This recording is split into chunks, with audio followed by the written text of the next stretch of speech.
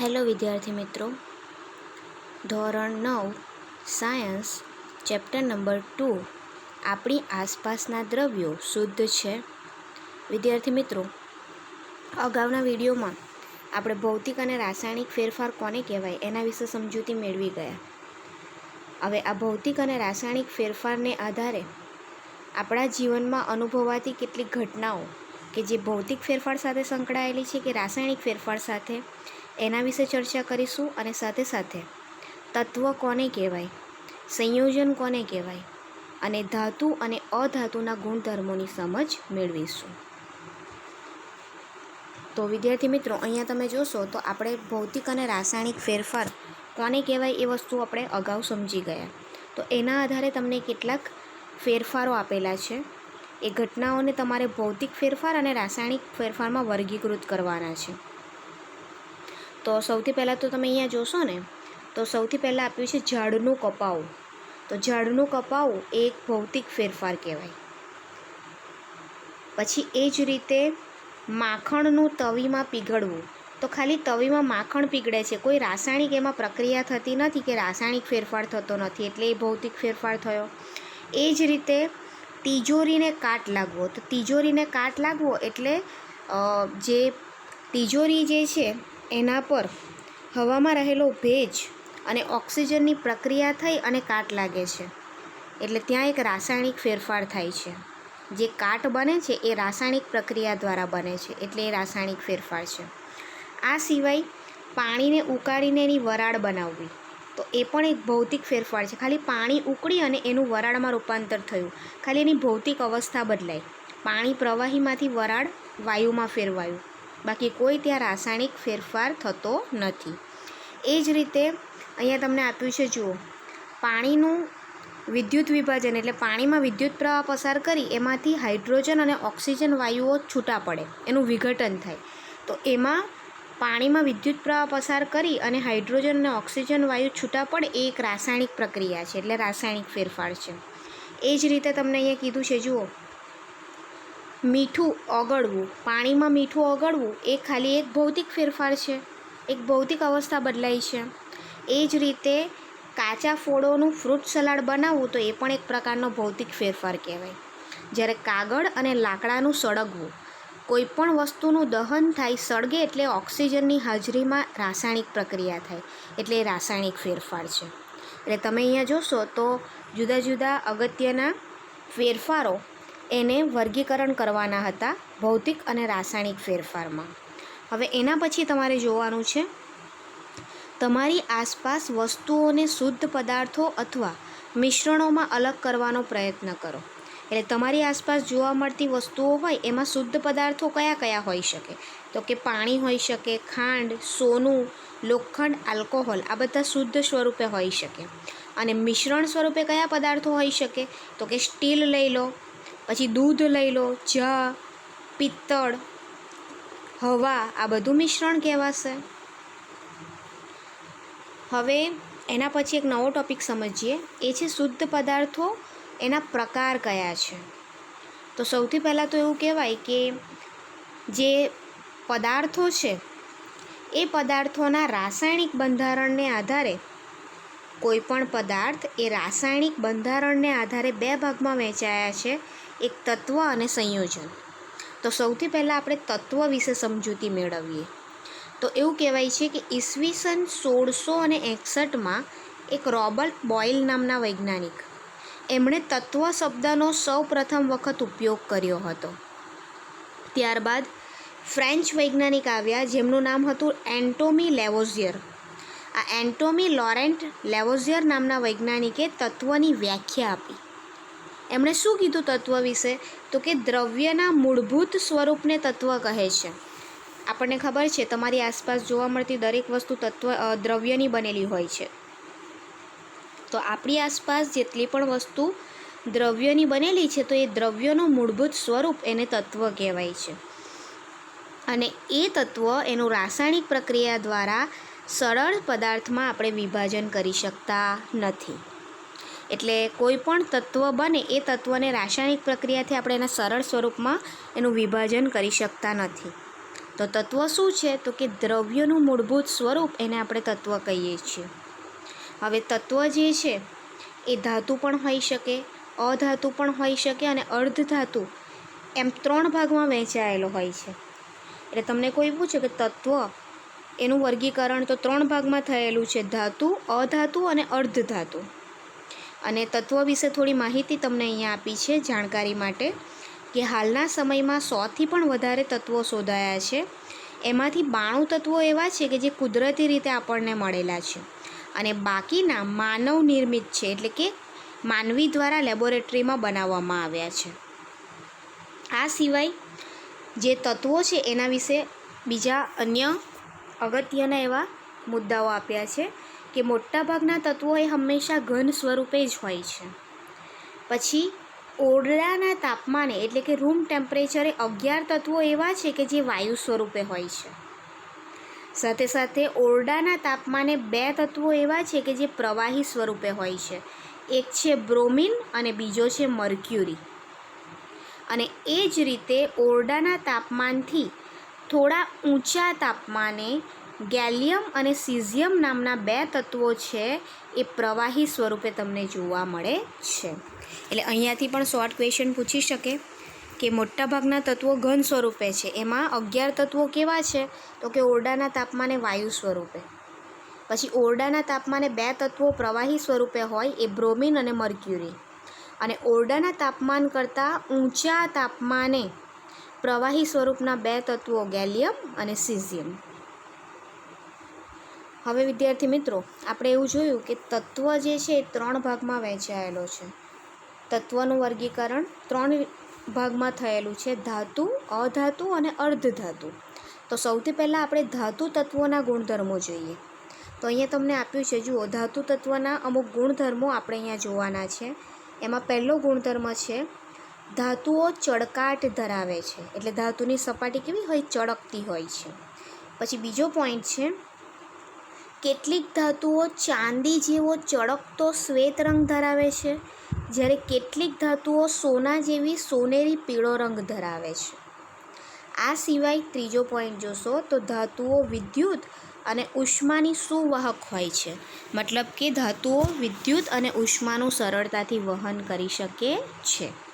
આ સિવાય 9 પોઈન્ટ જોઈએ તો ધાતુઓ તણાવપણા અને ટીપાવપણાનો ગુણધર્મ ધરાવે છે. તો તણાવપણું એટલે શું? તો કે એને ખેંચીને તાર બનાવી શકાય, અને ટીપાવપણું એટલે ટીપીને પતરા બનાવી શકાય. તો ધાતુઓ તણાવપણું અને ટીપાવપણું એવા બંને ગુણધર્મો ધરાવે છે. આ સિવાય 9 પોઈન્ટ જોઈએ તો કે ધાતુઓ રણકાર ધરાવે છે, એટલે આપણે એને અફાડીએ ને તો એક અવાજ, એક રણકાર ઉત્પન્ન કરે છે. પછી જુદી જુદી ધાતુઓના ઉદાહરણ આપેલા છે: સોનું, ચાંદી, કોપર, લોખંડ, સોડિયમ, પોટેશિયમ. આ બધી ઘન સ્વરૂપમાં જોવા મળતી ધાતુઓ છે. જ્યારે એક મર્ક્યુરી, જે પારો તરીકે પણ ઓળખાય છે, એ ધાતુ એવી છે કે જે ઓરડાના તાપમાને પ્રવાહી સ્વરૂપે હોય. તમને ખબર હોય તો થર્મોમીટરમાં મર્ક્યુરી એટલે કે પારા નામની ધાતુને પ્રવાહી સ્વરૂપે ભરેલી હોય છે. એટલે મર્ક્યુરી એ ધાતુ તત્વ છે, પણ એ પ્રવાહી સ્વરૂપનું. અને ઉપર તમે જ્યાં સોનું, ચાંદી, કોપર, લોખંડ, સોડિયમ, પોટેશિયમ, આ બધા ધાતુ તત્વો છે, પણ એ ઘન સ્વરૂપના ધાતુ તત્વો છે. એટલે અહીંયાથી તમને 3 માર્ક્સનો ક્વેશ્ચન પૂછાય કે ધાતુના ગુણધર્મો જણાવો, તો ધાતુના ગુણધર્મો આ રીતે આપણે સમજાવવાના છે. હવે વિદ્યાર્થી મિત્રો, આપણે અધાતુ તત્વોના ગુણધર્મો જોઈએ. કે ધાતુ તત્વના ગુણધર્મો જોયા એના કરતાં થોડું ઓપોઝિટ અધાતુ તત્વના ગુણધર્મો છે, એના વિશે જોઈએ. તો અધાતુ તત્વો એ વિવિધ રંગ ધરાવે છે, જુદા જુદા રંગ ધરાવે છે. પછી અધાતુ તત્વ વિદ્યુત અને ઉષ્માના મંદ વાહક હોય છે, એટલે એમાંથી બહુ વધારે પ્રમાણમાં વિદ્યુત કે ઉષ્માનું વહન થઈ શકતું નથી. આ સિવાય એ લોકો તણાવપણું, ટીપાવપણું કે ચળકાટ એવા કોઈ ગુણધર્મ ધરાવતા નથી. આ સિવાય કેટલાક અધાતુ તત્વો એવા છે કે જે અપરૂપો ધરાવે. અપરૂપો એટલે એના એક કરતાં વધારે સ્વરૂપો જોવા મળે છે. એક ઉદાહરણ આપું તમને અપરૂપનું, તો કાર્બનના 2 અપરૂપો તમે જોશો. તો સૌથી પહેલું આવશે હીરો. જે ચળકતો પદાર્થ છે એમાં પણ કાર્બન નામનું અધાતુ તત્વ રહેલું છે, અને કોલસો એમાં પણ કાર્બન નામનું અધાતુ તત્વ રહેલું છે. જુઓ તમે, બંનેમાં અધાતુ તત્વ સરખું છે. કોલસામાં પણ કાર્બન હોય અને હીરામાં પણ કાર્બન હોય, છતાં પણ હીરો ચળકતો છે જ્યારે કોલસો કાળો છે. તો આ જે અધાતુ તત્વ કાર્બન છે એના આ બે અપર રૂપો છે, એના બે વિવિધ સ્વરૂપો છે. કયા કયા? તો કે હીરો અથવા કોલસો. એવી રીતે અધાતુ તત્વના કેટલાક ઉદાહરણો આપેલા છે: hydrogen, oxygen, iodine, carbon, bromine, chlorine. આ બધા અધાતુ તત્વો છે. હવે વિદ્યાર્થી મિત્રો, આપણે અર્ધધાતુ તત્વો વિશે સમજીએ. તો અર્ધધાતુ તત્વો કોને કહેવાય? તો એમ કહેવાય કે જે તત્વો ધાતુ અને અધાતુ બંનેના વચ્ચેના ગુણધર્મો ધરાવે ને એને અર્ધધાતુ તત્વો કહેવાય છે. એટલે પૂરેપૂરા ધાતુ જેવા પણ નહીં અને પૂરેપૂરા અધાતુ જેવા પણ નહીં, બંનેની વચ્ચેના ગુણધર્મો ધરાવે. થોડા ઘણા ધાતુના ગુણધર્મો હશે અને થોડા ઘણા અધાતુના. અર્ધધાતુ તત્વો જે છે એના ઉદાહરણ આપ્યા છે બોરોન, સિલિકોન અને જર્મેનિયમ. તો આ બોરોન, સિલિકોન અને જર્મેનિયમ એ અર્ધધાતુ તત્વો છે. હવે વિદ્યાર્થી મિત્રો, આપણે એક નવો ટૉપિક જોઈએ, એ છે સંયોજન કોને કહેવાય, એના વિશે સમજાવો. સંયોજન એટલે એવું કહેવાય કે 2થી વધારે તત્વો, આપણે જે અત્યારે તત્વો વિશે શીખી ગયા ને, તો 2થી પણ વધારે તત્વો રાસાયણિક રીતે ચોક્કસ પ્રમાણમાં એકબીજા સાથે જોડાય અને એક નવા ગુણધર્મોવાળો નવો પદાર્થ બનાવે એને સંયોજન તરીકે ઓળખવામાં આવે છે. શું આવશે? કેટલા? તો કે 2થી પણ વધારે તત્વો ચોક્કસ એટલે કે નિશ્ચિત પ્રમાણમાં એકબીજા સાથે જોડાય અને નવા ગુણધર્મવાળો એક નવો પદાર્થ બનાવે એને સંયોજન કહે છે.